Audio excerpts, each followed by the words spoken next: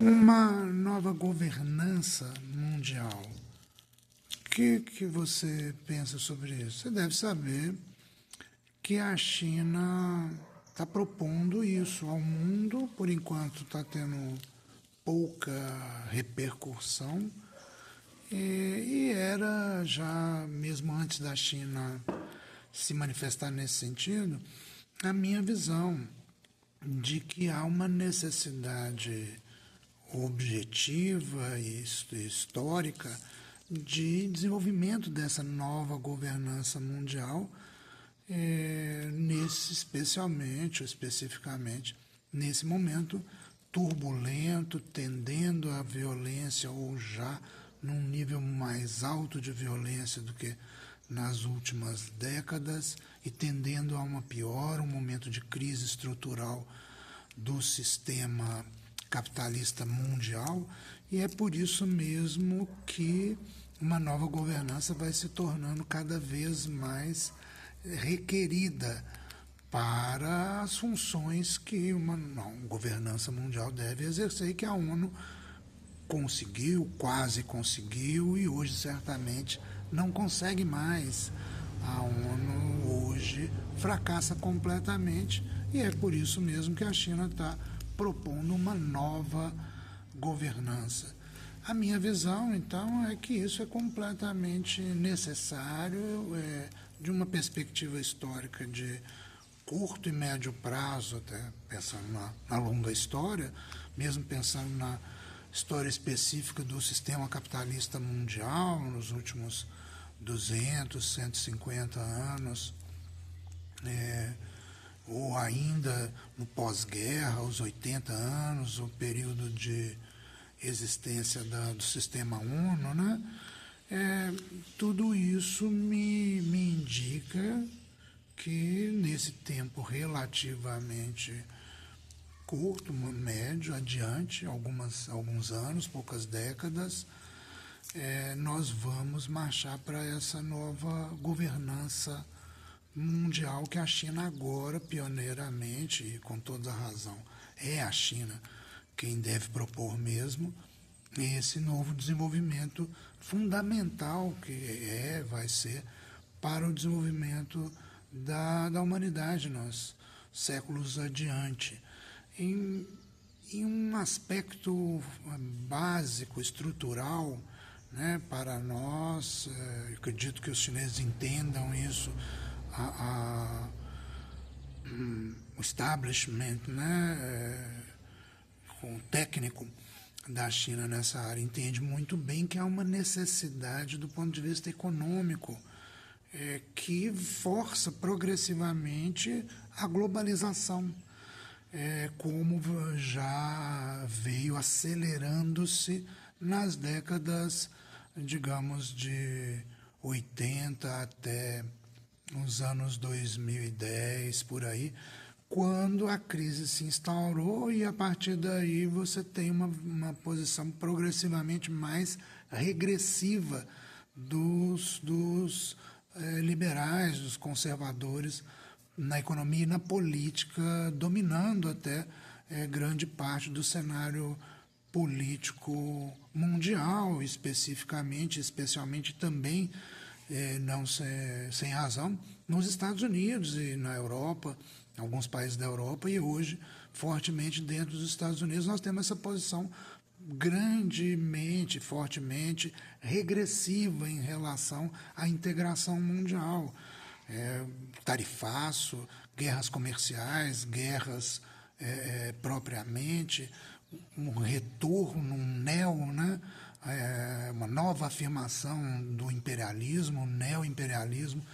dos Estados Unidos. Tudo isso está na ordem do dia, as guerras progressivas. Nós, neste momento aqui no presente, vivendo a guerra dos Estados Unidos e Israel contra o Irã, que está se alastrando,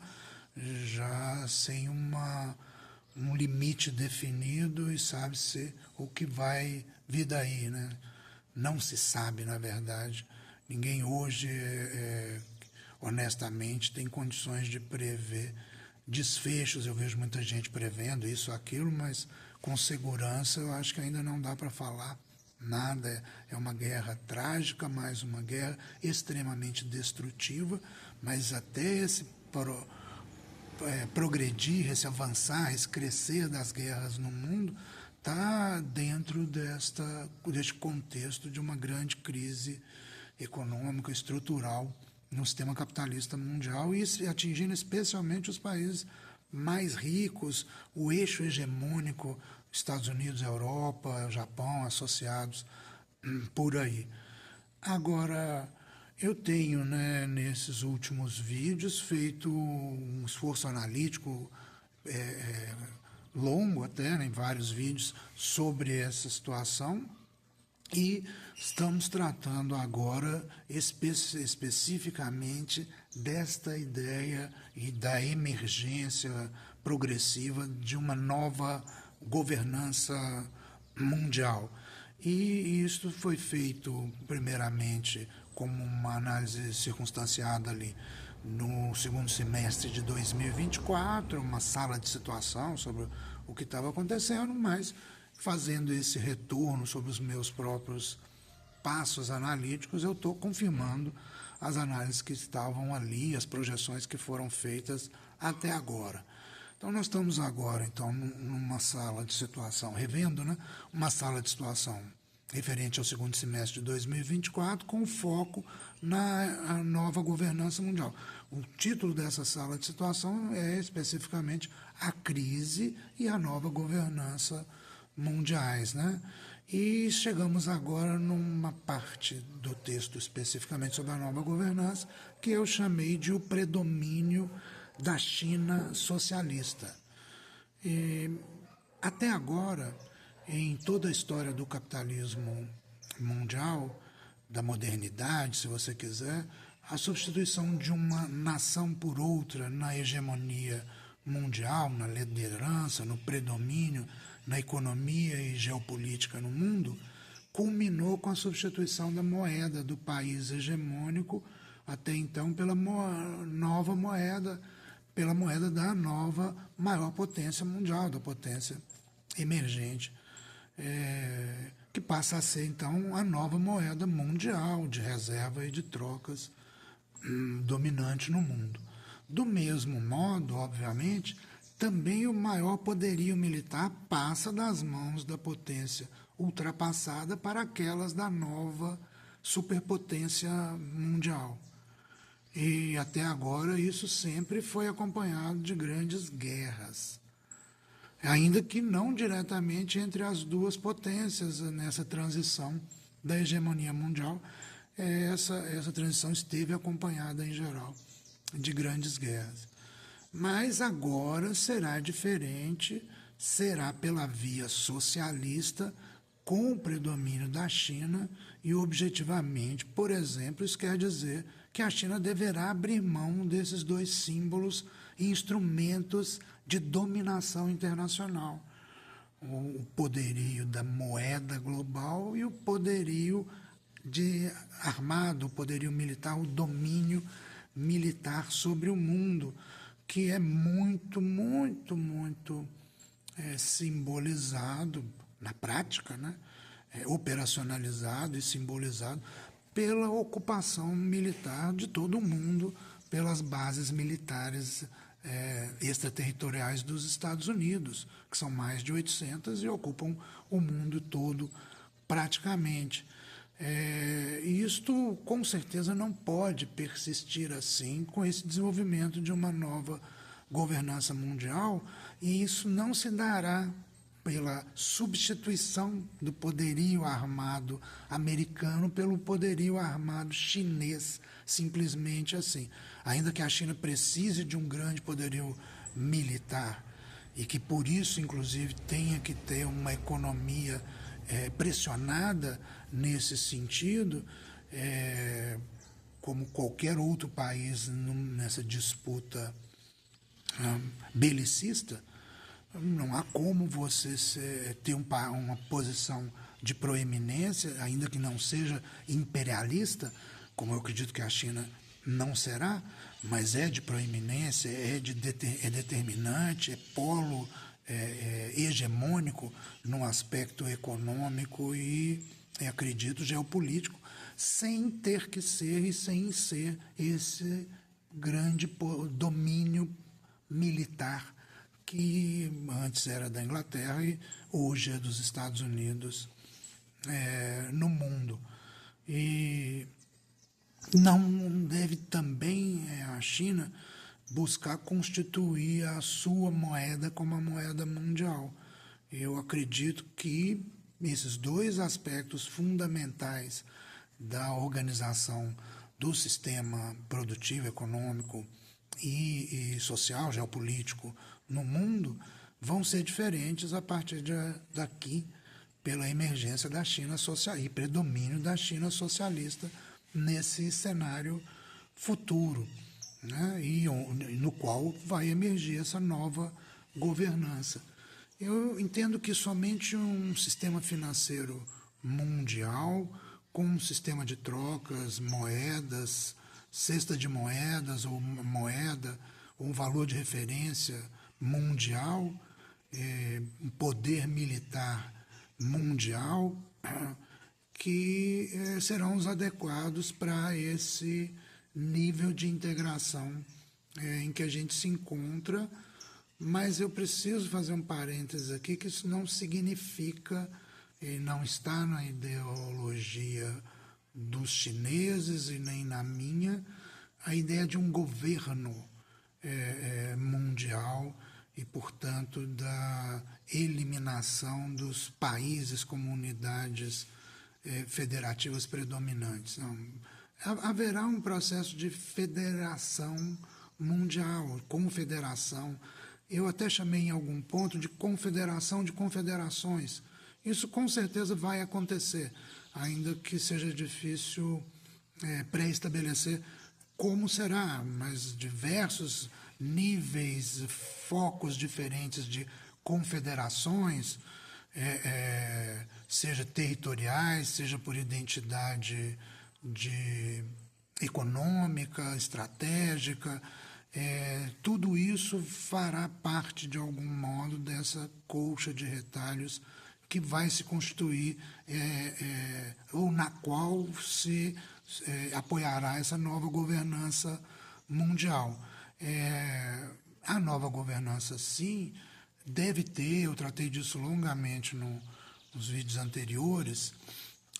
algum nível de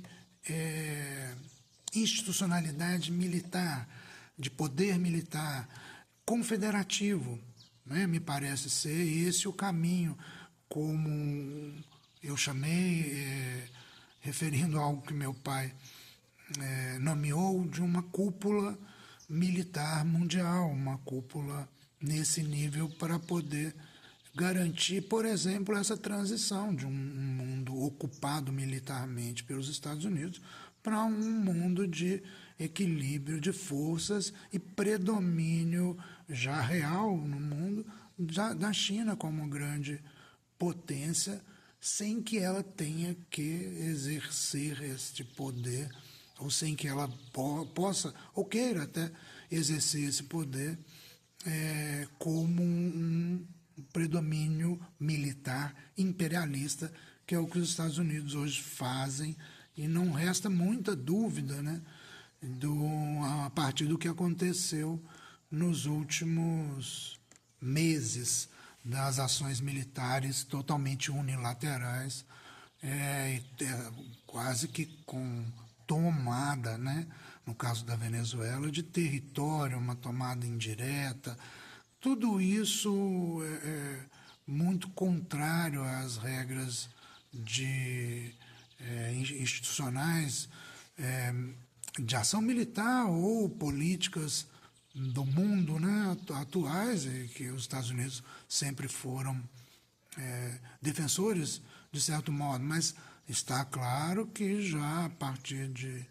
os anos 80, né, com a onda neoliberal para cá, os Estados Unidos foram se distanciando cada vez mais, e agora, na crise dessa onda neoliberal, os Estados Unidos romperam completamente com esse sistema institucional, de regras de convivência mundiais, digamos assim, ou estão rompendo completamente com isso, né? A gente tem tratado disso também nos últimos vídeos. Para quem chegou até aqui, eu sou Paulo Fleury Teixeira, sou filósofo e médico, e estamos fazendo essa série de vídeos buscando melhorar o entendimento da situação econômica, social, geopolítica mundial no presente, que está trazendo tantos desafios para nós, né? Estou aqui sustentando a tese de que nós estamos marchando para a nova governança mundial, ela irá se desenvolver, a China terá um papel predominante nesse processo, não é à toa que justamente é a China quem está propondo isso agora, né? Agora, o que eu estava insistindo é que não será, né, um predomínio no mesmo sentido imperialista que a hegemonia dos Estados Unidos se dá, e será, ao contrário, confluente com o desenvolvimento desse novo nível bem superior ao da ONU de governança mundial que irá ocorrer no curso da finalização, superação, enfim, no curso de resolução dessa grande crise em que a gente se encontra agora.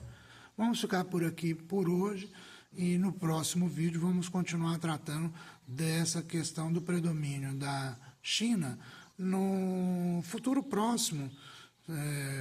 da humanidade em geral, em todos os planos, econômico, geopolítico, e também, portanto, no desenvolvimento da nova governança mundial. Um abraço e até lá.